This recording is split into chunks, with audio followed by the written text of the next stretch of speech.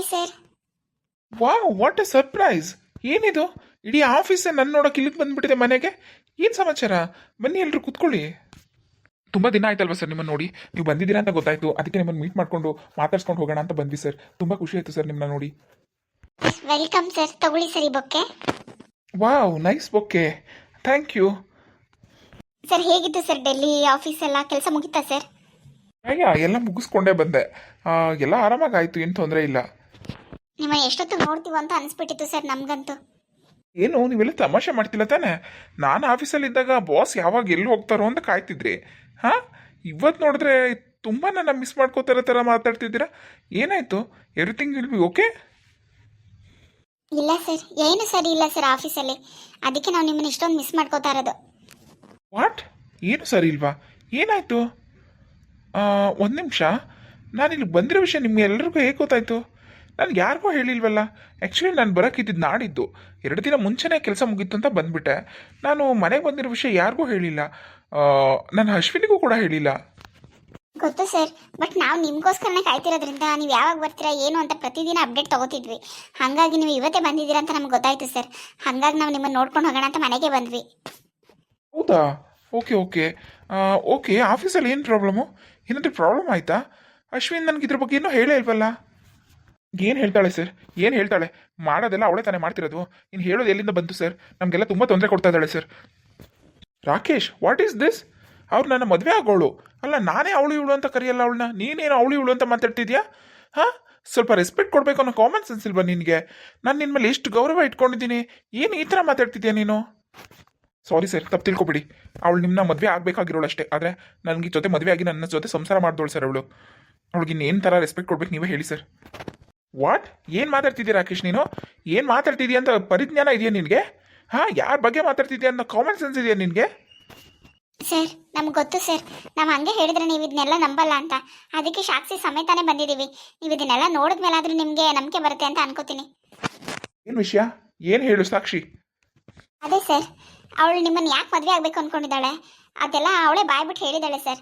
ಅವಳು ನಿಮಗೆ ಮೋಸ ಮಾಡಬೇಕು ಅಂತ ಮದುವೆ ಆಗ್ತಿದ್ದಾಳೆ ಸರ್. ನನ್ನ ಮೇಲೆ, ರಾಕೇಶ್ ಮೇಲೆ ಸೇರ್ ತೀರಿಸ್ಕೊಳ್ಳೋಕ್ಕೋಸ್ಕರ ಈ ಆಫೀಸು ಆಸ್ತಿನೆಲ್ಲ ಆಸೆ ಪಟ್ಟು ಮದುವೆ ಆಗ್ತಿದ್ದಾಳೆ. ಅವಳು ನಿಮ್ಮನ್ನು ಮದುವೆ ಮಾಡ್ಕೊಂಡ್ರೆ ಖಂಡಿತ ನಿಮ್ಮನ್ನು ಸುಮ್ಮನೆ ಬಿಡಲ್ಲ ಸರ್. ಅವಳು ನಿಮ್ಮಂಥ ವಯಸ್ಸಾಗಿರೋರನ್ನ ಮದುವೆ ಆಗ್ತಿರೋದೇ ಅವ್ಳಿಗೊಂದು ಗತಿ ಕಾಣಿಸಿ ಆಸ್ತಿನ ಅನುಭವಿಸೋಕೆ ಅಂತ ಅವಳೇ ಹೇಳಿದ್ದಾಳೆ. ಅದನ್ನೆಲ್ಲ ನಾನು ರೆಕಾರ್ಡ್ ಮಾಡಿದ್ದೀನಿ ಸರ್. ನೀವು ಅದನ್ನೆಲ್ಲ ನೋಡಿದ್ರೆ ನಂಬ್ತೀರಾ ಅನ್ನೋ ನಂಬಿಕೆ ನನಗಿದೆ. ನಾವು ಹಂಗೆ ಹೇಳಿದ್ರೆ ನೀವು ನಂಬಲ್ಲ ಅಂತ ನಮ್ಗೆ ಗೊತ್ತು ಸರ್. ಅದಕ್ಕೆ ಸಾಕ್ಷಿ ಸಮೇತ ಅವಳನ್ನ ಹಿಡಿಬೇಕು ಅಂತಲೇ ಇಷ್ಟು ದಿನ ನಾವು ಯಾರೂ ಅವಳ ಬಗ್ಗೆ ಮಾತಾಡದೆ ಸುಮ್ಮನೆ ಇದ್ವಿ. ಇವತ್ತು ನಿಮ್ಗೆ ಸಾಕ್ಷಿ ಸಮೇತ ಕೊಡ್ತಿದ್ದೀವಿ ಸರ್. ಅದನ್ನ ನೋಡಿದ್ಮೇಲೆ ನೀವೇ ಡಿಸೈಡ್ ಮಾಡಿ. ಏನು ಮಾತಾಡ್ತಿದ್ಯಾ ನೇತ್ರಾ? ಸರಿ ಕೊಡು ನನಗೆ, ಅದೇನು ಸಾಕ್ಷಿ ಕೊಡು. ನೋಡಿ ಸರ್, ನೋಡಿ ಅದರಲ್ಲೆಲ್ಲ ರೆಕಾರ್ಡ್ ಮಾಡಿದ್ದೀನಿ. ಅದು ನೋಡಿದ್ಮೇಲಾದರೂ ನಿಮ್ಗೆ ಅವಳು ಏನು ಅಂತ ಗೊತ್ತಾದರೆ ಅಷ್ಟೇ ಸಾಕು ಸರ್.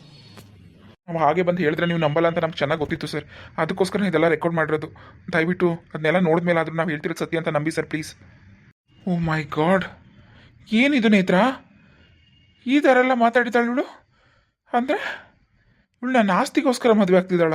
ನಿಮ್ಮಿಬ್ಬರ ಮೇಲೆ ಸೇಡ್ ತೀರಿಸ್ಕೊಳ್ಳೋಕ್ಕೋಸ್ಕರ ನನ್ನ ಆಫೀಸಿಗೆ ಬಂದು ನನ್ನ ಜೀವನನ ಹಾಳು ಮಾಡೋಕ್ಕೆ ಕೊಟ್ಟಿದ್ದಾಳ? ಓ ಮೈ ಗಾಡ್. ಅಷ್ಟೇ ಅಲ್ಲ ಸರ್, ನಮಗೆಲ್ಲ ತುಂಬ ಟಾರ್ಚರ್ ಕೊಡ್ತಿದ್ದಾಳೆ. ಒಂದು ತಿಂಗಳಿಂದ ನಮಗಂತೂ ಸಾಕಾಗಿ ಹೋಗಿದೆ ಸರ್. ಲಾಸ್ಟ್ ಮಂತ್ ಕೆಲಸ ಮಾಡಿದ್ದು ಸ್ಯಾಲ್ರಿ ಟೈಮಲ್ಲೇ ನೀವು ಹೊರಟೋಗ್ಬಿಟ್ರಿ. ಅವಳು ನೋಡಿದ್ರೆ 1 ಮಂತ್ ಸ್ಯಾಲ್ರಿ ಪೂರ್ತಿ ಕಟ್ ಮಾಡಿದ್ದಾಳೆ ಸರ್. 1 ದಿನದ್ದು 2 ದಿನದ್ದು ಹಾಕಿದ್ದಾಳೆ. 5 ನಿಮಿಷ ಲೇಟ್ ಆಗಿರೋದು, 1 ನಿಮಿಷ ಲೇಟ್ ಆಗಿರೋದು, ಎಲ್ಲದಕ್ಕೂ ಪೂರ್ತಿ ಸ್ಯಾಲ್ರಿ ಕಟ್ ಮಾಡಿದ್ದಾಳೆ ಸರ್. ನಾವು ಕೆಲಸ ಮಾಡಿದ್ರು ನೀವು ಕೆಲಸ ಮಾಡ್ತಿಲ್ಲ ಅದು ಇದು ಅಂತ ಹೇಳಿ ತುಂಬ ಇದು ಮಾಡ್ತಿದ್ದಾಳೆ ಸರ್. ನಮ್ಗೆ ಎಷ್ಟು ಕಷ್ಟ ಕೊಡ್ತಿದ್ದಾಳೆ ಗೊತ್ತಾ ಸರ್? ಅದೆಲ್ಲ ನಮ್ಮ ಮೇಲೆ ಸೇರ್ ತೀರಿಸ್ಕೊಳ್ಳೋಕ್ಕೆ ಸರ್. ಅವಳ ಆಫೀಸ್ನ ಉದ್ಧಾರ ಮಾಡೋಕ್ಕೆ ಬಂದಿಲ್ಲ ಸರ್. ಅದನ್ನೆಲ್ಲ ನೀವು ಅವತ್ತು ಅವಳನ್ನ ಕರ್ಕೊಂಡು ಬಂದಾಗಲೇ ಹೇಳ್ಬೋದಿತ್ತು ಸರ್. ಆದರೆ ನೀವು ನಂಬ್ತಿರ್ಲಿಲ್ಲ ಸರ್. ಈಗಲೇ ನಾವು ಬಂದು ಹೇಳಿದಾಗ ಯಾವ ಥರ ರಿಯಾಕ್ಟ್ ಮಾಡಿದ್ರಿ ನೋಡಿ. ಈಗ ಸಾಕ್ಷಿ ಸಮೇತ ನೋಡಿದ್ಮೇಲೆ ನೀವು ನಂಬ್ತಿರೋದು. ಹೀಗಿರುವಾಗ ಏನು ಮಾಡೋದು ಸರ್? ಇದನ್ನೆಲ್ಲ ನೀವು ಅವಳನ್ನ ಮೀಟ್ ಮಾಡೋಕ್ಕೆ ಮುಂಚೆನೇ ನಿಮ್ಗೆ ವಿಷಯ ತಿಳಿಸ್ಬೇಕು ಅಂತ ಬಂದ್ವಿ. ಬಿಟ್ಟರೆ ನಮ್ಗೆ ಬೇರೆ ಯಾವುದು ದಾರಿನೇ ಕಾಣಿಸ್ತಿಲ್ಲ ಸರ್. ಓ ಮೈ ಗಾಡ್, ನಂಗೆ ತಲೆ ಕೆಟ್ಟೋಗ್ತಿದೆ ನೇತ್ರ. ಏನಿದೆಲ್ಲ? ಹಾಂ, ಈ ಥರ ನಾ ಹುಡುಗಿ ಏನೇನೋ ಸುಳ್ಳು ಹೇಳಿ ನನ್ನ ನಂಬಿಸ್ಬಿಟ್ಲಲ್ಲ. ನಾನು ನಂಬ್ಕೊಂಡಿದ್ದೀನಿ ಅಂದರೆ ನನಗೆ ನಂಬಕ್ಕಾಗ್ತಿಲ್ಲ. ನಾನು ಅಂಥ ದಡ್ಡನಾ? ಹಾಂ, ಓ ಮೈ ಗಾಡ್, ನನ್ನ ಮಂಗ ಮಾಡಿಬಿಟ್ಟಿದ್ದಾಳು ಅವಳು. ಅವಳು ಹೇಳಿದ ಮಾತನ್ನೆಲ್ಲ ನಂಬ್ಕೊಂಡು ಅವಳನ್ನ ಮದುವೆ ಆಗಕ್ಕೆ ಹೋದೆ. ನಮ್ಮ ಮನೆಯವರೆಲ್ಲ ಎಷ್ಟು ವಿರೋಧ ಮಾಡಿದ್ರು ಗೊತ್ತಾ, ಅಷ್ಟು ಚಿಕ್ಕ ಹುಡುಗಿನ ಮದುವೆ ಆಗ್ತೀಯಾ, ಇದೆಲ್ಲ ಸರಿ ಹೋಗಲ್ಲ, ಅವಳು ಒಳ್ಳೆಯವಳಾಗಿರಲ್ಲ, ಹಾಗೆ ಹಿಂಗೆ ನೀನು ಆಸ್ತಿಗೋಸ್ಕರ ಬಂದಿದ್ದಾಳೆ ಅಂತ ತುಂಬ ಹೇಳಿದ್ರು. ಆದರೆ ನಾನು ಯಾರ ಮಾತು ಕೇಳಲಿಲ್ಲ, ನಾನು ಅವಳನ್ನೇ ಮದುವೆ ಆಗ್ತೀನಿ ಅಂತ ಹಠ ಮಾಡಿದೆ. ಇನ್ನೇನು ಮದುವೆನೂ ಆಗಬೇಕಿತ್ತು, ಅಷ್ಟರಲ್ಲಿ ನನಗೆ ಡೆಲ್ಲಿಗೆ ಹೋಗೋಕ್ಕೆ ಪ್ರಾಬ್ಲಮ್ ಆಗಿದ್ದು ಡೆಲ್ಲಿ ಆಫೀಸಲ್ಲಿ. ಅದರಿಂದ ನಾನು ಎಮರ್ಜೆನ್ಸಿ ಮದುವೆ ಕ್ಯಾನ್ಸಲ್ ಮಾಡಿ ಹೋಗಬೇಕಾಯ್ತು. ಆದರೆ ನೆಕ್ಸ್ಟ್ ಮಂತೆ ನನ್ನ ಮದುವೆ ಇತ್ತು. ಸದ್ಯ ಎಲ್ಲ ನೀವು ನನಗೆ ಹೆಲ್ಪ್ ಮಾಡಿದ್ದೀರಾ, ನಿಮ್ಗೆ ಎಷ್ಟು ಥ್ಯಾಂಕ್ಸ್ ಹೇಳಿದ್ರು ಕಮ್ಮಿನೇ. ನೀವು ಯಾರು ತಲೆ ಕೆಡಿಸ್ಕೋಬೇಡಿ. ನಾನು 1 ತಿಂಗಳು ಕಟ್ ಮಾಡಿದ್ದಾಳಲ್ಲ, ನಾನು 2 ತಿಂಗಳು ಸ್ಯಾಲ್ರಿ ಕೊಡ್ತೀನಿ ನಿಮಗೆ. ನೀವು ಯಾರು ಯೋಚನೆ ಮಾಡಬೇಡಿ. ನಮ್ಮ ಮನೇನ, ನನ್ನ ಜೀವನನ ಉಳಿಸಿದ್ದೀರಾ ನೀವೆಲ್ಲ. Thank you sir, thank you. ನೀವು ಅರ್ಥ ಮಾಡ್ಕೊಂಡ್ರಲ್ಲ. ನೀವು ಎಲ್ಲಿ ಸಾಕ್ಷಿ ತೋರಿಸಿದ್ರು ಅರ್ಥ ಮಾಡ್ಕೊಳ್ಳಲ್ವೋ ಏನೋ ಒಂದು ತುಂಬ ಭಯ ಆಗಿಬಿಟ್ಟಿತ್ತು ಸರ್ ನಮಗೆ. ಈಗ ಏನು ಮಾಡೋದು ಸರ್? ಮೊದಲು ಆಫೀಸ್ನ ಉಳಿಸ್ಕೊಳ್ಳಿ ಸರ್, ದಯವಿಟ್ಟು ನಮ್ಮನ್ನೆಲ್ಲ ಕಾಪಾಡಿ. ಡೋಂಟ್ ವರಿ ರಾಕೇಶ್, ನೀನು ತಲೆ ಕೆಡಿಸ್ಕೋಬೇಡಿ. ನಾನು ಬಂದಾಯ್ತಲ್ಲ, ಅವಳಿಗೆ ಸರಿಯಾಗಿ ಪಾಠ ಕಲಿಸ್ತೀನಿ. ಸರಿ, ನೀವೆಲ್ಲ ಹೊರಡಿ, ನಾನು ಬರ್ತೀನಿ.